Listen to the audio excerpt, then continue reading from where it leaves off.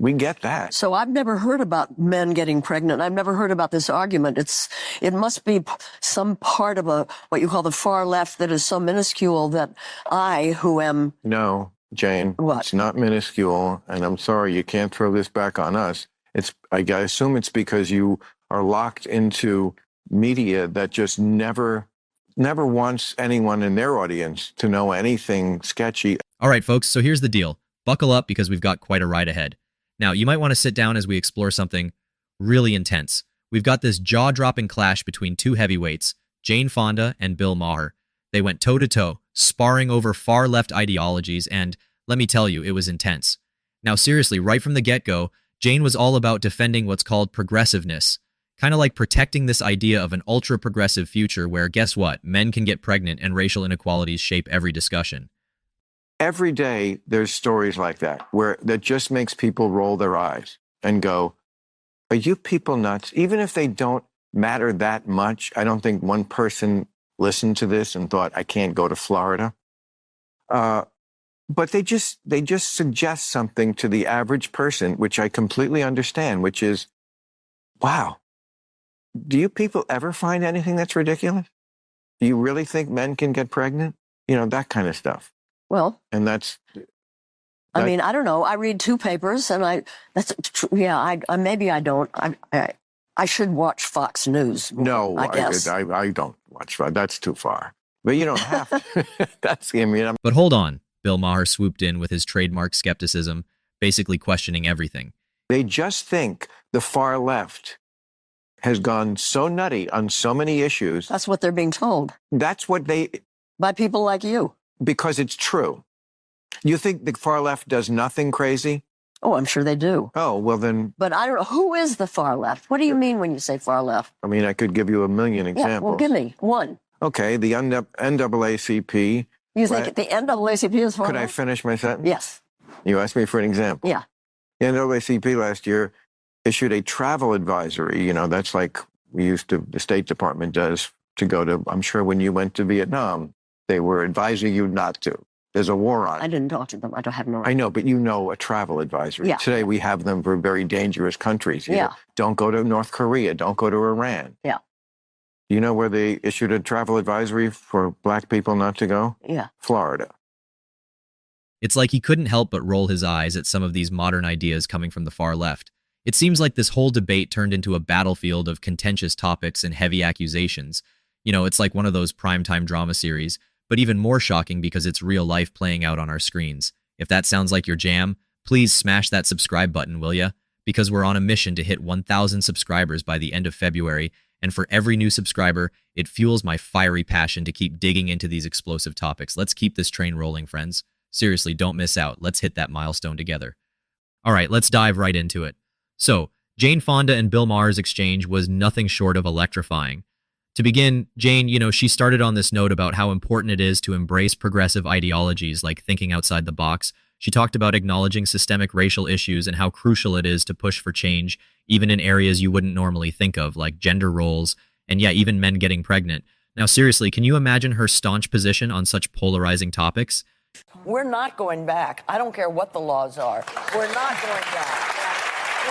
I think the women will rise up. That's the activist. That's Jane speaking, and she probably will get a Nobel Prize. But it's the truth. Very soon. It is the truth. We're not going to do it. Besides marching and protesting, what else do you suggest? Well, it doesn't happen overnight. It's not a miraculous. What did you say? Murder. She's kidding. Wait a second. She's just kidding. Don't say that. That's you don't know. They'll pick up on that and just run with it. The worst. She's just kidding. Well, let me talk to you about. She's out there illustrating this near utopian vision where everyone fits neatly into roles previously unthought of. But Bill, he just wasn't having any of it. All right, picture this. Bill, sitting there, a slight smirk, cutting through the discussion with his characteristic razor-sharp wit. He questioned the foundations of these ideas, really poking holes in the logic and kind of showing there's this whole generation being swept away by what he sees as impractical ideals. He seemed genuinely amused and a bit incredulous at some of the extremities proposed by the progressive left. So Bill Maher, at one point, he brought up the NAACP issuing a travel advisory for black people heading to Florida. This just seemed to just irritate Bill, as he felt the left was being unnecessarily alarmist. Right, I mean, seriously? issuing travel advisories for entire states because of politics, he implied it was fear-mongering and just ridiculous. He felt like, to the average person, statements like this just come off as borderline absurd. Jane, on the other hand, she was adamant. She pointed to a history of discrimination and how, even today, there remain barriers like redlining and inequitable access to housing loans for people of color. But it's pretty serious for people of color. What is? The ability to live a middle-class life, the ability to accumulate wealth, the ability to own a home. They are prevented from doing those things by laws that remain in place, like redlining and mortgage issues and so forth. That remain in place? Mm-hmm. Redlining? Mortgage issues, they can't get the same It's not loans and mortgages that we do, white people do. It's not against the law to discriminate for a business to hand out? I guess there must be some laws, but they're not. I don't know. They're still discriminated against. I don't know about the laws. It still happens. It's very hard for black. She really drove home the point of institutionalized racism still lurking in everyday lives. And, to be fair, she's got a point there. But Bill was quick to counter, suggesting that constantly focusing on the negatives blinds people to acknowledging any sort of progression society's made, particularly among liberals. He felt liberals never want to admit progress because, if they do, it might make them feel less righteous or like they have less to fight for. Jane didn't back down from that, no way. She stuck with her belief that, despite some progress, people of color still face barriers to achieving a middle-class lifestyle due to laws and practices that implicitly favor white people. Bill, though, was circling back to his point that modern politics sometimes fails to recognize individual merit and personal accountability. Less than before. I feel one problem liberals have is they don't feel like they can acknowledge progress because it somehow makes them less good.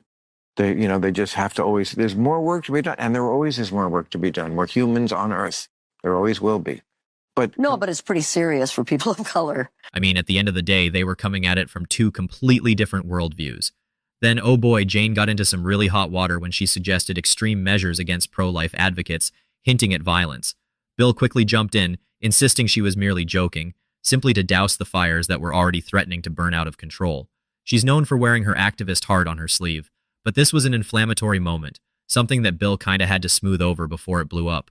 People listening in surely caught that jaw-dropping moment, even if it got sidestepped almost immediately. Bill wasn't going to let things like that slide completely unnoticed either.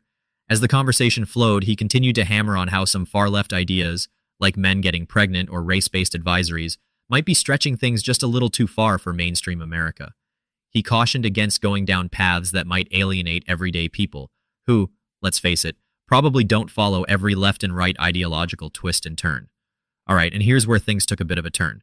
While Jane was speaking on necessity and social reforms, Bill highlighted this narrative he's seen where the media plays a gigantic role in spreading such polarized views. He mentioned that sometimes it's less about reality and more about a story constructed by biased journalism, which he firmly believed misled the public. His point, most people weren't even bothered about these ideologies until they were blown up by media outlets with their own agendas. But Jane, she expressed that for her, media coverage helps shed light on marginalized voices that would otherwise be ignored. She stressed that it's through sustained visibility and discourse that pressure for change is maintained, suggesting without it, true progress might stall. And to be honest, this entire clash was a whirlwind, seriously revealing, and pulse racing at many points. It's like watching a tennis match where the ball zooms back and forth, each volley loaded with power. This really highlights how deeply divided perspectives can be when it comes to defining progress. Ultimately, each had their fan base cheering on in agreement, right? Jane's steadfast defense of the left's push for transformation, and Bill's relentless critiques leaving no room for things he found exaggerated or misplaced. It's confrontations like these that make politics not just about what policies define platforms, but about how emotions and experiences intertwine. But hey, what do you all think about these intense discussions? Was Jane onto something with her views?